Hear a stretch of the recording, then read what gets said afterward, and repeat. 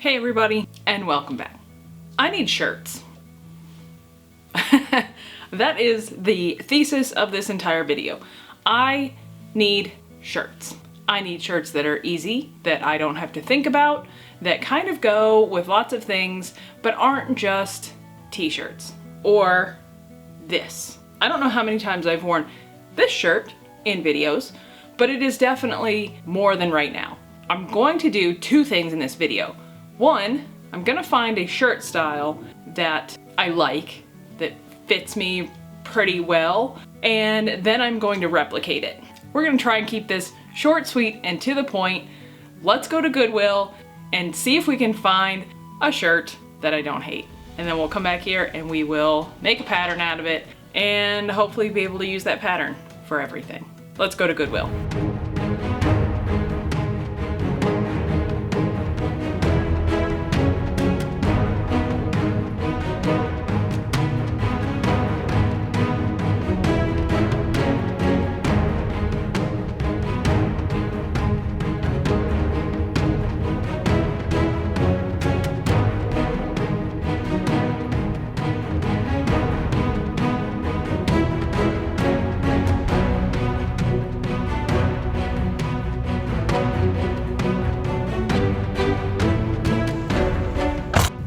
So I got a few options. I think, like I said before, I'm gonna focus mainly on making t-shirt style tops this time, just for ease. And really, I just want things that I can quickly throw on in the morning and be done with it.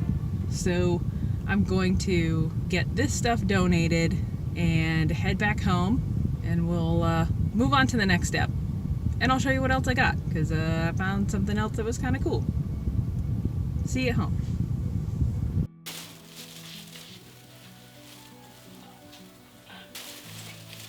I am back and I have a couple of options, and when I say couple, I mean literally two. So I think first things first, I should probably try them on and see which way I want to go. I have a pretty good idea which one I'm gonna pick, but just in case. Option number one is this like t-shirt. So I intentionally got an oversized t-shirt because I wanted to. It's large, and that's okay. It's actually a 1X from Polygram. It doesn't look like a polygram, it looks like a palagram. But what I liked about this was, A, it's super simple, and your girl is all about simplicity. But also, I think that the way that the sleeve is put on might actually make this a pretty good sleeveless top as well.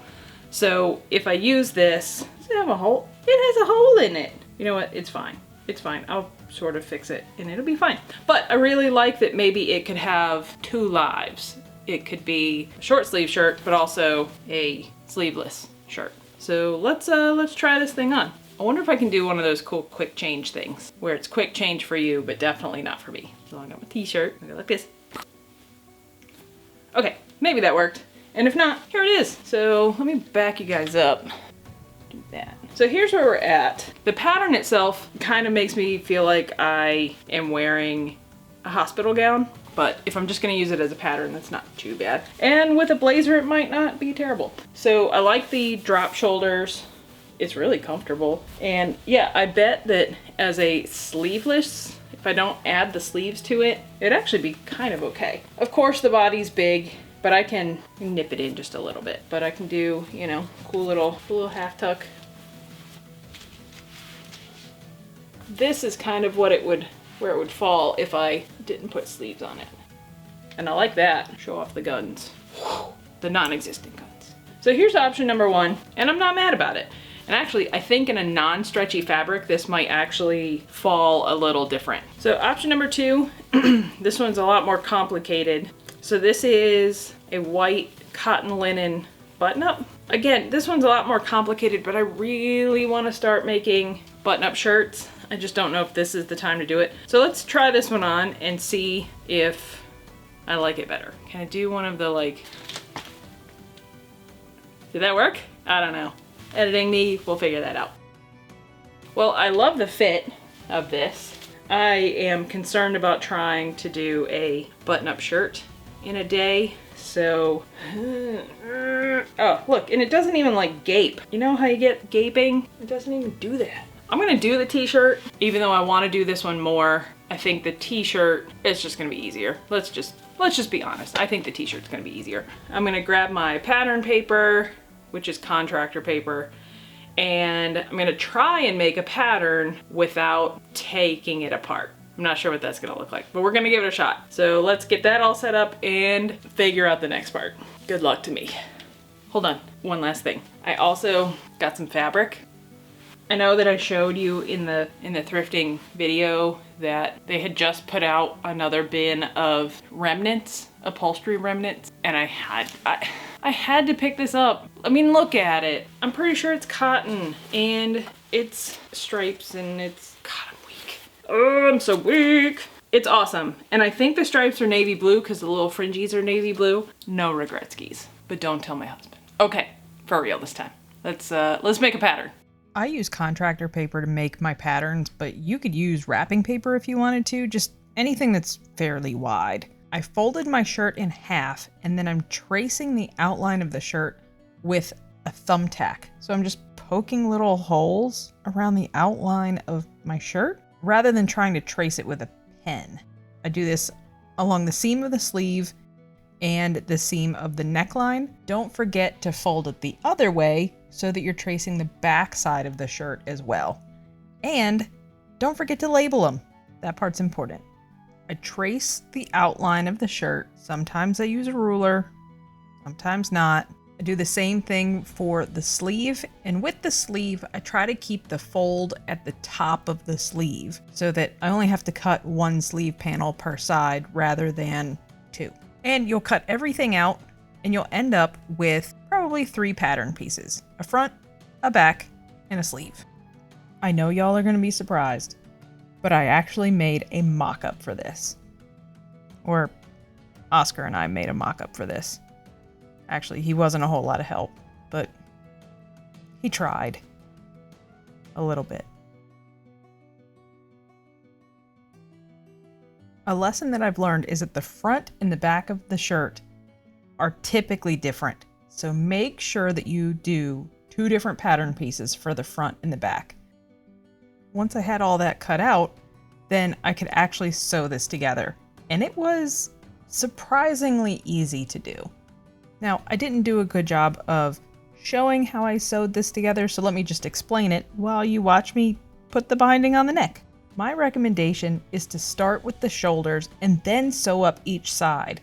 If you want to add a pocket or sleeves to it, it's a lot easier to do when it's only put together at the shoulders. I was surprised how much I liked the mock-up. It fit well across the back and the bust. The neckline was a little bigger than I'm used to, but I thought it was maybe a statement opportunity. So I had no changes to make. This minuscule amount of work completely exhausted me. So I waited for day 2 to start on the actual shirts. I chose a floral tablecloth, green suiting wool, and a white shower curtain to test out this pattern. I cut out the base pattern in all 3 fabrics, so that's the front and the back, as well as some binding for the neck, and then decided to add some flair, like sleeves and a pocket for the green one, and sleeves for the floral one. And this is what I'm talking about with sew the shoulders first. It's a lot easier to put that sleeve in place if the shoulders are sewn together, but you can lay it flat on a table rather than trying to sew the stupid sleeve into a circle and then pin it onto a circle sleeve hole. That's annoying. Don't do that. Just lay it down flat like this. Trust me, this was an epiphany for me. It makes me very annoyed to have to say this out loud, but pressing this garment before trying it on really does make it fall differently. I hate ironing with a burning passion, but it does look so good. I guess I just need to suck it up and press my seams. I wanted to get kind of jazzy with one of them and change the neckline a little bit, so I decided to try for like a button front almost. So I just measured down how far I thought I wanted the V to go and transferred that over to the green pattern. Ultimately, I'm not super happy with how this turned out, but I'll explain why when we do the reveal, because you'll get it.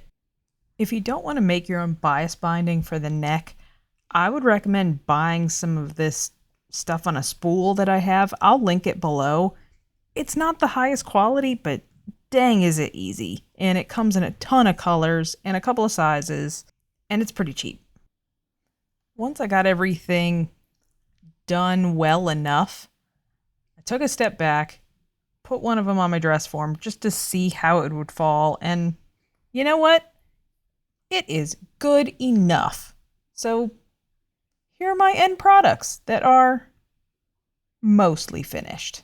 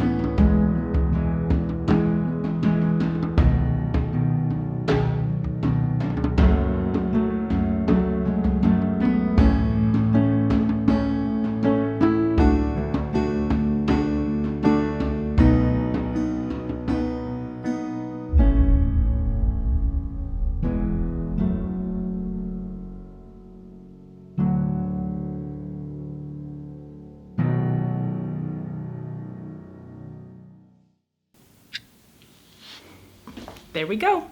3 shirts in approximately a day. That was a lot of shirts, but it wasn't too bad.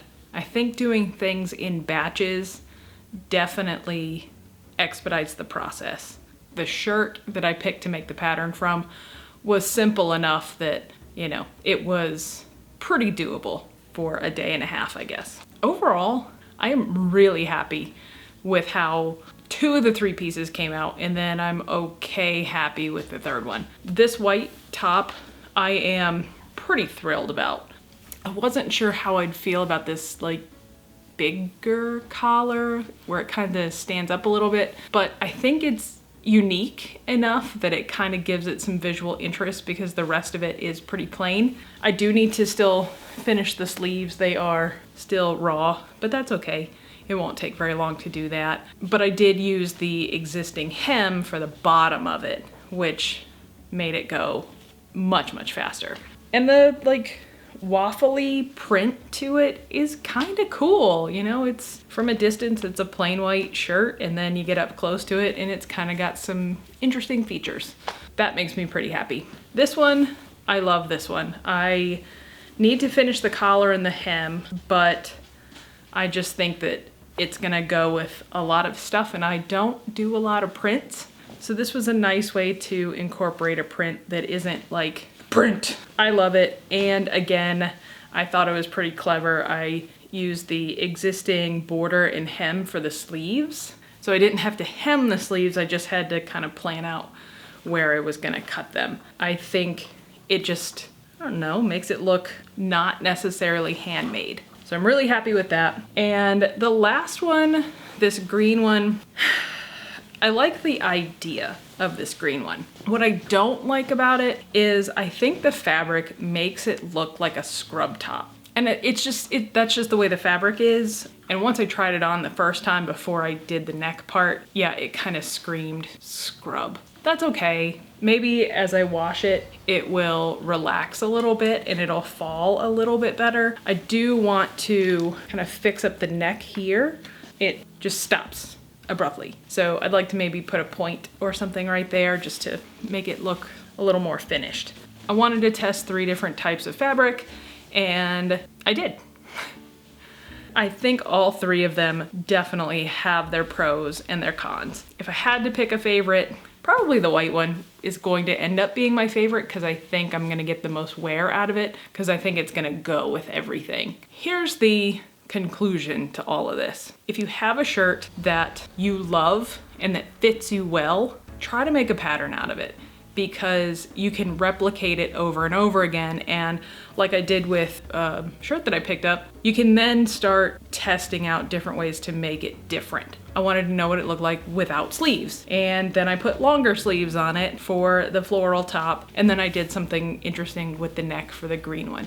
So I would say for this project, as far as ease, this would definitely be a beginner to intermediate type of project. You've got nothing to lose, you got everything to gain. What I have learned is that I can bang out one of these shirts in a couple of hours because the pattern itself is so simple.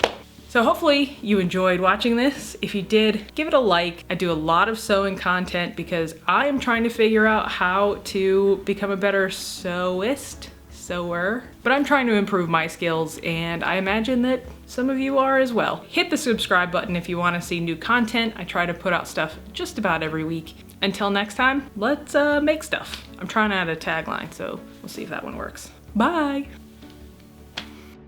Well, that's a nice hairstyle. Hope my neighbors aren't watching me. Hello neighbors, I'm changing.